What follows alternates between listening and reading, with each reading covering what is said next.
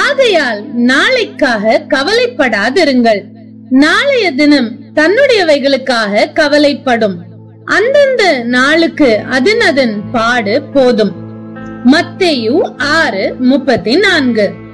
இயேசு கிறிஸ்து தம்முடைய சீஷர்களுக்கும் தம்முடைய வார்த்தைகளை கேட்க வந்த ஜனங்களுக்கும் மலை பிரசங்கத்தின் போது கவலைப்படாதீர்கள் என்று திட்டவட்டமாக போதித்ததை மத்தேயு 6:25 முதல் 34 வசனங்களிலும், லூக்கா 12 22 முதல் 28 வசனங்களிலும் நாம் பார்க்க முடியும்.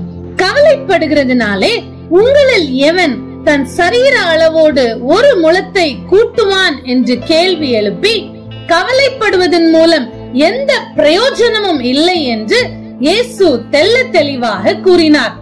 நாளைக்காக கவலைப்படாதிருங்கள். நாளைய தினம் தன்னுடையவைகளுக்காக கவலைப்படும். அந்தந்த நாளுக்கு அதன் பாடு போதும் என்று கூறிய இயேசு நம்முடைய எதிர்காலத்தை குறித்தோ நாளையை குறித்தோ நாம் கவலைப்பட்டு எதையும் சாதிக்க போவதில்லை என்பதை தெளிவாக நமக்கு இந்த வசனத்தின் மூலம் உணர்த்துவதை நாம் அறிந்து கொள்ளலாம். எண்ணத்தை உண்போம், எண்ணத்தை குடிப்போம், எண்ணத்தை உடுப்போம் என்று அஞ்ஞானிகளே கவலைப்படுகிறார்கள் என்றும், அஞ்ஞானிகளே அதை நாடி தேடுகிறார்கள் என்றும், இவைகளெல்லாம் உங்களுக்கு வேண்டியவைகள் என்று உங்கள் பரமபிதா அறிந்திருக்கிறார் என்றும் இயேசு பிரசங்கித்ததை நாம் பார்க்க முடியும். இப்படியாய் பிரசங்கித்த இயேசு கிறிஸ்து அவரும் கூட இந்த உலகத்தில் வாழ்ந்த நாட்களிலே எதை குறித்தும் கவலைப்படாதவராக இருந்தார். நரிகளுக்கு குழிகளும் ஆகாயத்து பறவைகளுக்கு கூடுகளும் உண்டு, மனுஷகுமாரனுக்கோ தலை சாய்க்க இடமில்லை என்றார். அவர் இருக்கும் இடத்தை குறித்து ஒரு நாளும் கவலைப்பட்டதில்லை என்று சொல்லி வேதத்தின் ஆதாரத்தின் மூலம் நாம் அறிந்து கொள்ள முடியும். மார்க்கு 6:31 நாம் பார்க்கும் பொழுது, ஏனெனில் வருகிறவர்களும் போகிறவர்களும் அநேகராய் இருந்தபடியினால் போஜனம் பண்ணுகிறதற்கும் அவர்களுக்கு சமயம் இல்லாதிருந்தது என்று வேதம் குறிப்பிடுகிறதை நாம் காணலாம். இந்த பூமியில் இயேசு கிறிஸ்து வாழ்ந்த நாட்களிலே எண்ணத்தை உண்போம், எண்ணத்தை குடிப்போம், நமக்கு உண்பதற்கு கூட நேரம் இல்லையே, சமயம் இல்லையே என்று சொல்லி எல்லாம் அவர் கவலைப்பட்டதே இல்லை. எனவேதான் அவரால் அவருடைய சீஷர்களுக்கும் தைரியமாக கவலைப்படாதிருங்கள் என்று சொல்லி போதிக்க முடிந்தது. இயேசு கிறிஸ்துவை சிலுவையில் அறைவதற்கு முன்பதாக பல ஆலோசனை சங்கங்களில் அவரை நிறுத்தி பிலாத்து போன்ற அதிகாரிகள் அவருக்கு விரோதமாக கேள்விகள் எழுப்பின போதும் கூட இயேசு கிறிஸ்து அதை குறித்தெல்லாம் கவலைப்படவில்லை. அந்த நேரத்தில் அவருக்கு பரத்திலிருந்து கொடுக்கப்பட்ட ஞானத்தினால் ஒவ்வொரு கேள்விகளையும் அவர் எதிர்கொண்டார் என்று சொல்லி வேதத்தின் மூலம் நாம் அறிந்து கொள்ளலாம். எனவேதான் அவர் தம்முடைய சீஷர்களுக்கும் அப்படிப்பட்ட அறிவுரையை வழங்கியதை மத்தேயு 10:19 நாம் காண முடியும். அவர்கள் உங்களை ஒப்பு கொடுக்கும் போது எப்படி பேசுவோம் என்றும் என்னத்தை பேசுவோம் என்றும் கவலைப்படாதிருங்கள்.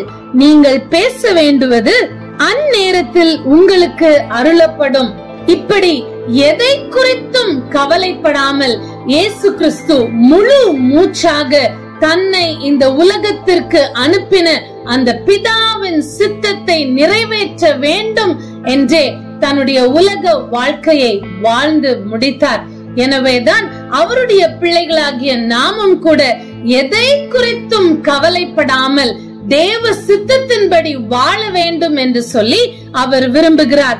யோவான் 4:34 இயேசு இப்படியாய் முழக்கமிடுகிறதை நாம் பார்க்க முடியும். இயேசு அவர்களை நோக்கி, நான் என்னை அனுப்பினவருடைய சித்தத்தின்படி செய்து அவருடைய கிரியையை முடிப்பதே என்னுடைய போஜனமாய் இருக்கிறது. இயேசு கிறிஸ்துவை பின்பற்றுகிற நாமும் கூட அவர்களுடைய சீஷர்களாய் வாழ விரும்புகிற நாமும் விசேஷமாக இந்த லெந்து கால நாட்களிலே அதிகமாய் அவருடைய வாழ்க்கையை தியானிக்கிற நாமும் அவருடைய அடிச்சுவடுகளை பின்பற்ற விரும்புகிற நாமும் கிறிஸ்துவை போல எதை குறித்தும் நான் கவலைப்பட மாட்டேன் ஆண்டவரே. பிரச்சனைகள் என்னுடைய வாழ்க்கையில் வந்தாலும் சரி, போராட்டங்கள் இப்பொழுது என்னை சூழ்ந்து கொண்டாலும் சரி ஆண்டவரே, அதையெல்லாம் நான் நினைக்காமல், அதை குறித்தெல்லாம் நான் கவலைப்படாமல், நாளை என்னுடைய வாழ்க்கை எப்படி இருக்கும், எனக்கு தேவையான உணவு எனக்கு கிடைக்குமோ, குடும்பத்திற்கோ என்னை சார்ந்திருப்பவர்களுக்கோ தேவையான உணவு, உடை, இருக்கிற இடம் கிடைக்குமோ கிடைக்காதோ, இப்படிப்பட்ட கேள்விகள், கவலைகள் எல்லாவற்றையும் நான் என்றோடு உதறி போடுகிறேன் ஆண்டவரே. முழு மூச்சாக நான் உம்மை மாத்திரம் நோக்கி நான் உம்மையே பின்பற்றி வருவேன் என்று சொல்லி தீர்மானம் எடுப்போமா? அஞ்ஞானிகளைப் போல கவலைப்படாதபடிக்கு இயேசு கிறிஸ்துவை மாத்திரம் நோக்கி விசுவாசத்தோடு அவரை பின்தொடர தீர்மானம் செய்து கவலை இல்லாத வாழ்க்கை வாழ்வேன் என்று வாழ்வோம் என்று சொன்னால் அதுதான் அர்த்தமுள்ள லெந்து கால வாழ்க்கை. ஆமென்.